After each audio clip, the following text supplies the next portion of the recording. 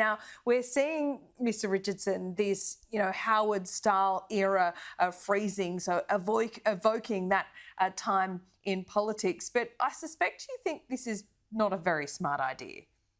And I suspect you're entirely right, Laura. We're talking about a tax band-aid, and it's a tax band-aid trying to fix a problem that is war in Europe. It's Putin's petrol prices.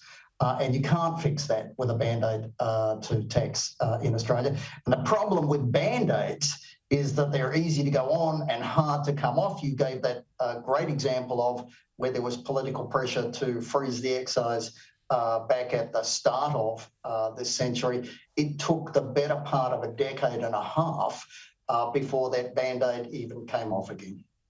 So freezing the excise would be purely populist politics, and it wouldn't actually take the pressure off any household budgets, would it? That would be yes and yes on both fronts.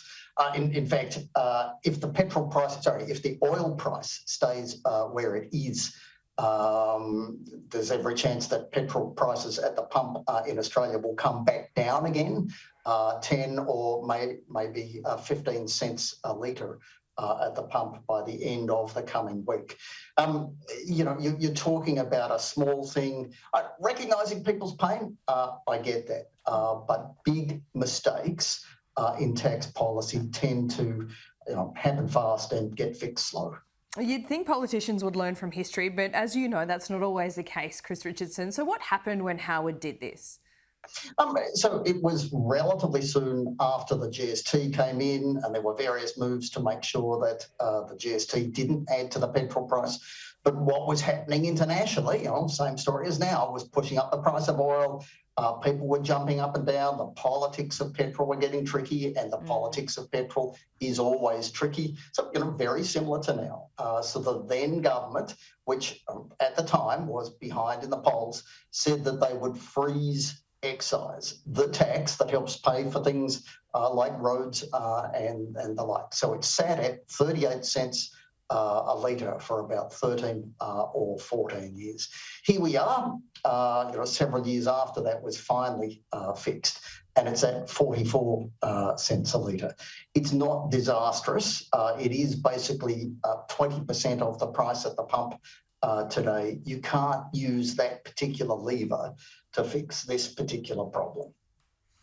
Right, very clear indeed. So I would argue that all elections are about cost of living, and we're on the cusp of one now. What can the government do to realistically alleviate the pressures on the household budget at the moment? We see supply chain, we see inflation, we see petrol prices. And you're entirely right. Cost of living is rising at rates that we have not seen in many years. But there are limits to what governments can do. If you could wave a magic wand and save people all sorts of money, if you could raise their standard of living to get ahead of the cost of living, if it was that easy, governments would have done it a very long time ago. Imagine that the government, removes the excise tomorrow, and suddenly petrol prices go down 44 cents a litre tomorrow. Would people be better off? Well, you'd certainly be better off if you drove a lot.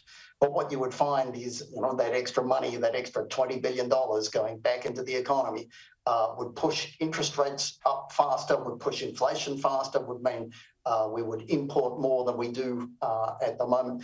People would lose it in terms of higher prices, higher interest rates. This is, not an easy fix, because there isn't an easy fix to be had. Just one last question, Mr. Richardson, before we get to the budget in just 2 weeks' time. What do you think we're going to see there? We see a Liberal government, which is the highest spending government in Australian history, and we all know why. A few hints about, needing to pull back at the days of excessive spending, need to come back into line, but also wanting to win an election. What do you think we'll see in there in terms of surprises? And that's the tricky thing. Right now, good policy says do one thing, good politics says do another. Given that we're just ahead of an election, politics may win out.